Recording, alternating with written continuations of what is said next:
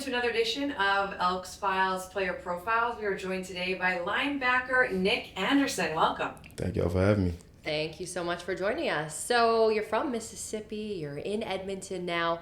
This is a huge change. So explain coming from Mississippi to Edmonton. What was that like? It was very different, especially just growing up in a small town like Vicksburg, Mississippi. And then, playing my college ball in New Orleans was a culture shock within itself. And then just coming up to Canada in general, not really knowing much about Canada outside of like Toronto, Drake, and the usuals. The six. Yeah, I'll never forget when I found out I was coming to Edmonton. I just looked it up and I was like, man, I'm going to the North Pole. Like I'm going to the farthest, city north. But it's been a blessing to be here. I've enjoyed Edmonton since I've touched down. Don't regret being here one bit. It was a great decision to come up here for sure. What was it like playing college ball, and then how different is it compared to the CFL? Man, college ball. The States is different too. Yeah, college ball in the States, I tell everybody, it's like a hierarchy. Like everybody, watches NFL for like the stars and their favorite teams, but like college football is kind of like close to religion in America. Like everybody loves college football, simply because you just get to represent your school. And so playing college football was just like a dream come true for me. Especially just being a kid that grew up in Mississippi watching Ole Miss, Alabama, and all the top-end FBS schools. So just to get the opportunity to go to a Division I university and play against those schools was a true blessing.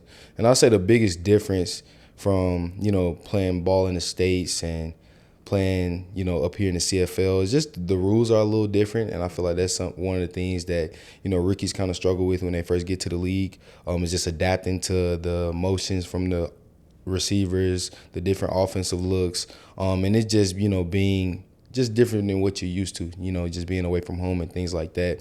But once you dial in, you kind of look at it as an opportunity, a blessed opportunity, simply because this is like the CFL is like Canada's NFL.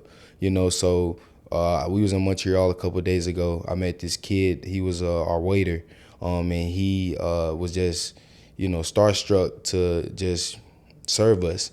And it's a humbling experience because it's like, man, I remember, being a kid and, would have just gave anything at the time to, just meet NFL players, So to be that up here in Canada to the younger generation, it's a true blessing. I love that. And in Montreal, too, not even here in Yeah, Edmonton. that was crazy. So playing college ball and then making that change to CFL, was this kind of something that you always had on your radar, or did you think college ball was going to be the entire way? I mean, since probably middle school, I always wanted to play professional football. I was a standout student in college and in high school, but like football just always had my heart. And so I knew that was my plan, that was my dream, that was my aspiration. I knew once I got done with the books in college, I wanted to go be an athlete. And so that's what I worked towards. Spent some time with the New Orleans Saints once I left Tulane. And then when I got the call to come up to Edmonton and further my career, I didn't hesitate on it. Now, Mississippi is an interesting place. I have not been. I would love to go someday, but I'm assuming the food culture there is pretty incredible. Or like, what's something that you love there, and what have you found that you've loved here? I would say back home, you just get like a good taste of soul food. So like fried chicken, pork chops, greens, turkey necks, like all types of different deep Southern cuisine. And then living in New Orleans for about 6 years, I tell everybody New Orleans is probably the food capital of the world. Like chicken and waffles and stuff? Not even that, but just like gumbo, seafood, shrimp etouffee, like jambalaya, just the different cuisines that, come together in New Orleans where you get a little taste of everything. It's to die for. And since I've been up to Edmonton, the food up here is actually pretty good. Being in a place like Edmonton, you just get introduced to so many different cultures than you do being in the States. And so just to try different like cultures, foods, has been one of my main things since I've been up here. If you need any recommendations, we like to eat out a lot, so we've got some good ones around here. Okay. Do you have any favorite spots yet? Soul Fried Chicken is a good spot downtown. That's just down the road, yeah. If I just need to go get some food somewhere, I'll go walk over there, and it's gonna hit every time. So what does a perfect day off for you look like? Obviously here, because today's your day off, right? Right. Today's my day off.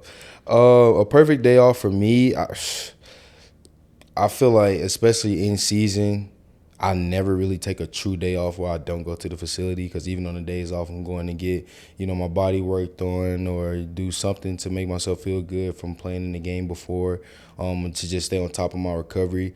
But I say a day off for me usually is just getting up in the morning, going to get a lift in, or doing whatever I got to do to take care of my body, looking at corrections if we had a game the day before, and then after that, just coming home, really just relaxing. I'm a homebody for the most part. I like being in the house unless, I have just something extravagant to do with the guys or something like that. But majority of the time, I'm at the house chilling for the most part. A lot of you football guys are like that. I mean, we talked to David Beard and then Justin Rankin. All you guys like to stay home, and you all show up really early for anything. So you're always 30 minutes early. It's so interesting. We got to learn to get like that or be prepared better. But it's really cool. So, but you're obviously one of the younger guys on the team, and you haven't settled down yet with the family. So we're so curious, like, what do you find are red flags and green flags in people? In if you're on the dating scene or whatever. I would say a red flag for me is just lack of maturity. Oh, yeah. Obviously, being a professional athlete, you got a very busy lifestyle and it's very demanding of your time. And a lot of times you're not able to, just drop everything to be here or be there. So you definitely want to have somebody in your life that's very understanding of that, and very, just emotionally mature to handle just being a girlfriend or spouse to your lifestyle. Because, a lot of people look at us like, okay, he plays a sport, but they don't realize, like, this is my career. It's something I work for my whole life that, I only have a certain window to succeed in.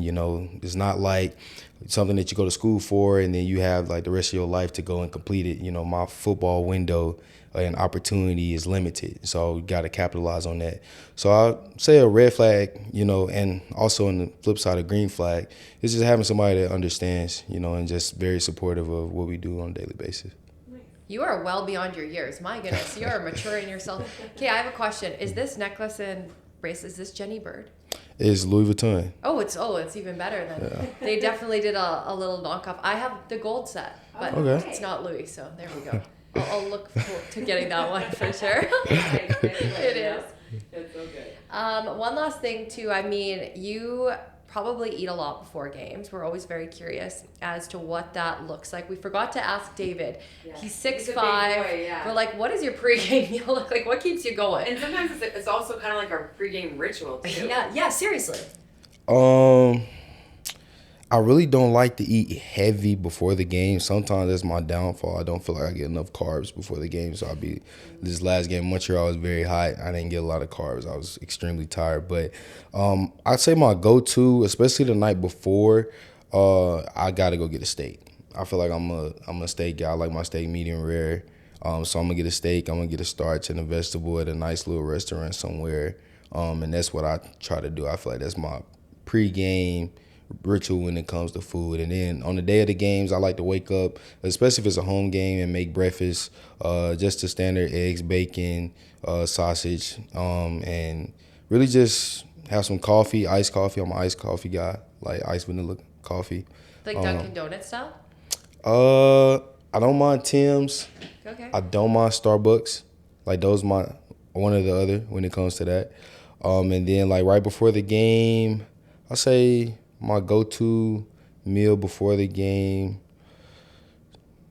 just something to keep me full for the game. I'm not really a picky eater. Whatever they put out the buffet whatever I need to get me through, that's what I eat, man. I'm not really a picky eater at all. Before we let you go, what's one thing that people might be surprised to learn about you, or maybe just don't know about you?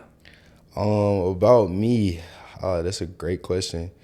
I feel like I'm a very introverted person, but because, I'm always, in front of the camera doing an interview, some people think that I'm very extroverted, but I'm actually, an introvert at heart. I like, being in my space. I like, spending time with my family, staying out the way. And I feel like that's something that people don't really know about me. Okay. Well, you wouldn't guess it because you're pretty casual on camera, which is great. It's been an absolute pleasure. Thank you so much, Nick, for taking this conversation off air. Thank y'all for having me. Yeah, good luck the rest of the season. I appreciate it.